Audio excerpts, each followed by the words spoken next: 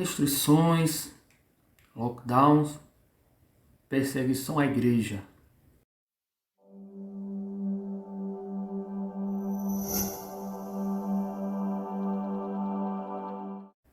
Olá, seja bem-vindo ao canal Ciência Bíblica, que a paz de Deus seja contigo.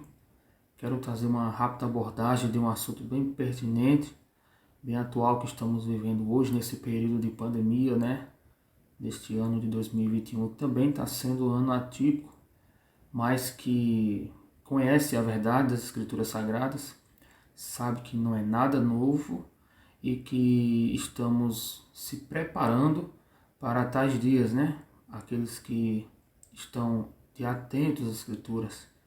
E eu queria trazer uma abordagem de esperança, de renovo espiritual, de algo que possa trazer um despertamento, não só para mim, começando por mim, mas para você, meu irmão, aí do outro lado, que talvez esteja passando um momento difícil, devido a todas essas restrições e todas essas coisas que estão acontecendo no mundo, mas em especial no nosso Brasil, Que é a nação a qual vivemos, que tantas coisas têm acontecido que não é de nosso acordo, mas muitas delas são para a lição e disciplina da igreja, porque eu acredito que tem sim a permissão de Deus, nosso Pai, e que conhece um pouco as Escrituras, sabe que todo o período que o povo de Deus, a igreja teve uma grande perseguição,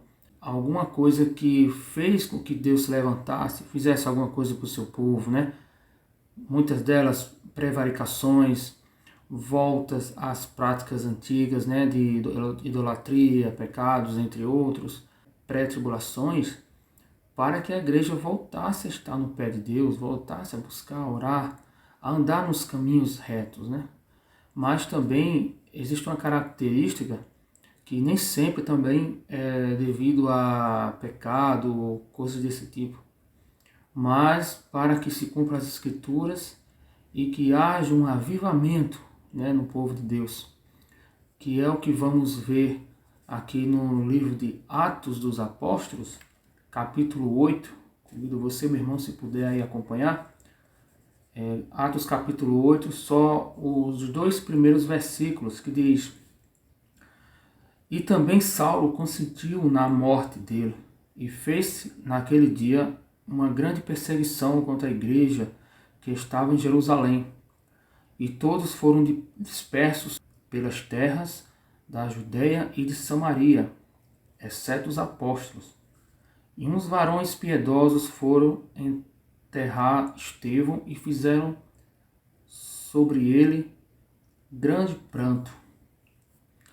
Então, meus irmãos, aqui Paulo, que ainda não era Paulo, Ele era Saulo, era um perseguidor da igreja, ali do conselho dos judeus, farisaico, ali um homem que consentiu aqui na morte do primeiro mártir da igreja, que foi Estevão. E Deus aqui nos dá uma grande lição através das Escrituras, que mesmo em meio a aflições, em meio a perseguições, a igreja ela é triunfante.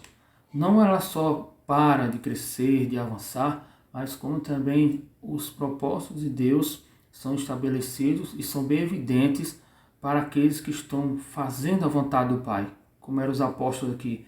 Veja que alguns foram dispersos por terem começado a receber essa grande perseguição dos romanos, dos judeus, de Saulo aqui, que era um enviado principal para perseguir a igreja, Muitos foram presos, alguns mortos e muitos dispersos, exceto os apóstolos, a base da igreja, que sempre tem um remanescente. E vemos aqui que eles continuaram, porque a igreja de Cristo aqui, nos seus primeiros anos, estava crescendo. Ela já estava sendo bem tomada em Jerusalém. Por isso o ódio, dos fariseus, de toda aquela classe, da política na época, estava acontecendo um colapso ali, né? Estava virando uma cidade cristã mesmo, né? Porque a igreja crescia e mesmo com essa primeira grande perseguição aqui, quando aconteceu o mártir, né? A igreja foi dispersa, porém não parou. E veja só, continuando nos versículos do mesmo capítulo, os versículos do 4 ao 8. Mas os que andavam dispersos iam por toda parte anunciando a palavra. E, descendo Filipe à cidade de Samaria, lhes pregava Cristo. E as multidões unanimemente prestavam atenção ao que Filipe dizia, porque ouviam e viam os sinais que ele fazia, pois que os espíritos imundos saíam de muitos que os tinham, clamando em alta voz. E muitos paralíticos e coxos eram curados, e havia grande alegria naquela cidade.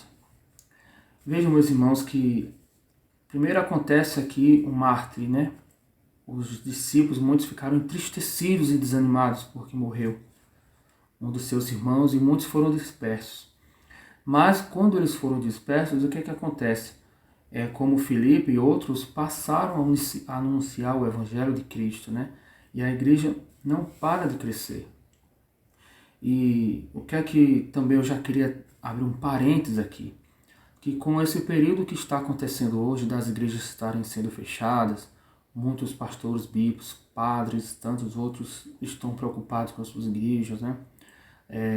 Protestando com razão. Eu sou a favor, sim, de que protestem, que pensem, que reflitam, que questionem as leis, sendo lógico, com respeito, dentro de uma autoridade, de um respeito à autoridade que devemos respeitar, lógico, né?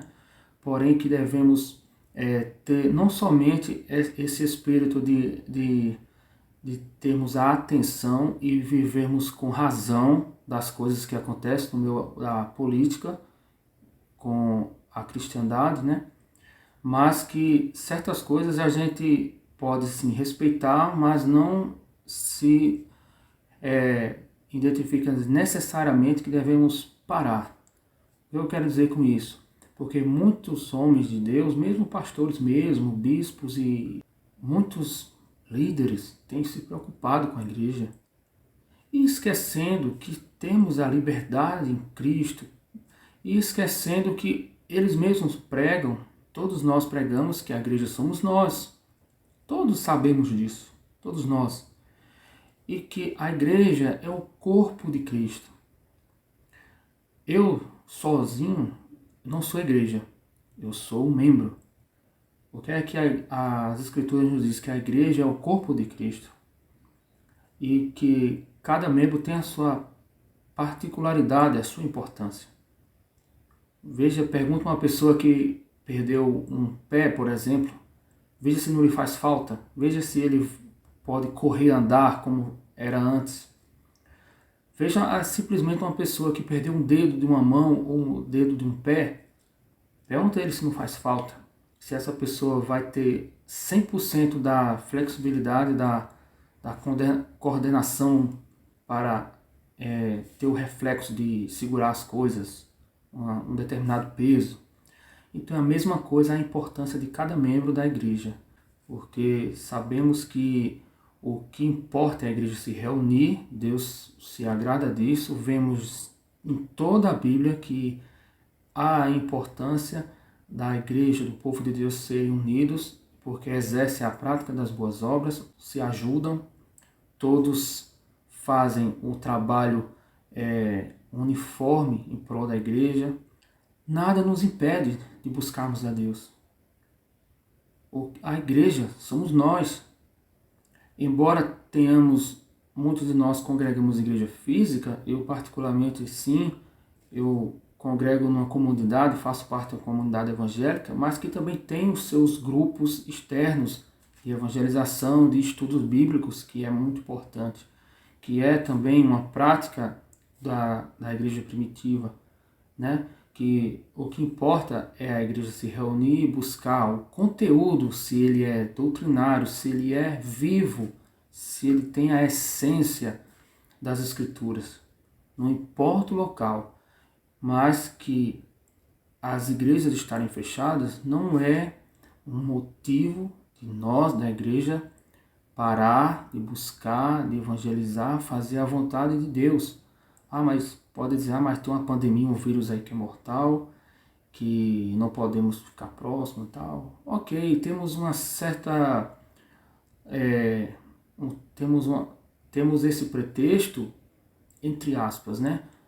Porque será que se essa pandemia durar até a volta de Cristo, vamos parar de estar próximos, ou evangelizar, ou nos reunirmos, visitar nossos parentes, irmãos, né? Termos o calor da presença humana, né? Do afeto que é tão importante para o ser humano. Será que vamos deixar de fazer isso para sempre? Lógico que não, né, meus irmãos? Porque naquela época também o povo de Deus enfrentaram também pandemias, e não é por causa de uma pandemia que podemos parar ou ficarmos só em casa. Aliás, temos sim que termos os nossos cuidados, mas temos em mente que a igreja somos nós. E voltando um pouco no capítulo 2, o capítulo 2 do mesmo livro de Atos, os versículos 46 e 47 diz: E perseverando unânimes todos os dias no templo e partindo pão em casa, comiam juntos com alegria e singeleza de coração, louvando a Deus e caindo na graça de todo o povo. E todos os dias acrescentava o Senhor à igreja aqueles que haviam de salvar. Então vejam, meus irmãos, que eles eram unânimes, tanto no templo como também em casa. Eles eram juntos, eles tinham um pensamento semelhante em Cristo, né? Nas Escrituras, no partir do pão, nos louvores a Deus, e eles caíam na graça do povo, né? Como diz aqui as Escrituras, e a igreja não parava de crescer. É importante sim termos essa convicção, mas de uma forma realmente eficaz e firme na nossa cabeça. Porque todos pregam que a igreja somos nós. Mas vemos aí muitos preocupados com os templos, com as igrejas, e ficando usando do pretexto da pandemia e se limitando a sua vida cristã só em casa. Muitos estão desanimando, não querem ir mais para a igreja. E em casa, será que não pode ler a Bíblia, orar, receber poucos irmãos para meditar na palavra, cultuar o Senhor, não fazer aglomerações, mas digamos 2 ou 4 casais, 5, 6 pessoas, né? Porque essas restrições elas não vão durar para sempre, embora que ela venha ter flexibilidades daqui para em diante, mas vamos também ter a nossa flexibilidade, né? Buscando a Deus, nos reunindo de uma quantidade, de uma forma que podemos nos portar e abrigar, né? De acordo com a casa, de acordo com o estilo de vida, né? De acordo com as possibilidades de cada um. Lá no capítulo 13 de Mateus, diz que da palavra, né, que da semente, né, aquela palavra da semente, que a palavra ela cai numa pessoa, num coração que às vezes não tem raiz em si. Recebe com alegria, mas quando vem o quê? Tribulações, a primeira perseguição se esfria e a semente ela não brota, morre. E essa pessoa praticamente não vai ter a palavra mais viva em sua vida e volta para o caminho do mundo, né? Volta para o lamaçal do pecado. Isso também tem acontecido muito nesse período, porque muitos têm frequentado as igrejas que não têm a palavra verdadeira de Cristo, a doutrina, a sã palavra de Deus. Ela é eficaz para exortar, disciplinar e ser sempre imparcial, né? Muitas igrejas pregam mais prosperidade, bênçãos, mas quando vem um período assim difícil, como Mateus capítulo 13 vai dizer a semente, né, que não cai num bom coração. Primeiramente, a semente ela é mal plantada, né, por falsos profetas, falsos líderes.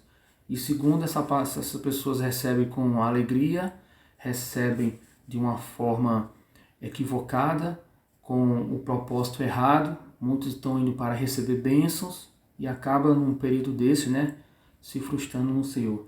Temos que ser também como o próprio livro de Mateus, né, no capítulo 5, ali as bem-aventuranças, no versículo 10, que diz que os que sofrem perseguição, né, a eles serão dadas o reino dos céus. Então, meus irmãos, é algo que tem que acontecer, são cumprimentos bíblicos, e o verdadeiro cristão pautado nessa palavra, ela vai passar triunfante à igreja, né? Nós e você passaremos. E não tem pandemia ou não tem algum vírus que seja pretexto para a igreja parar.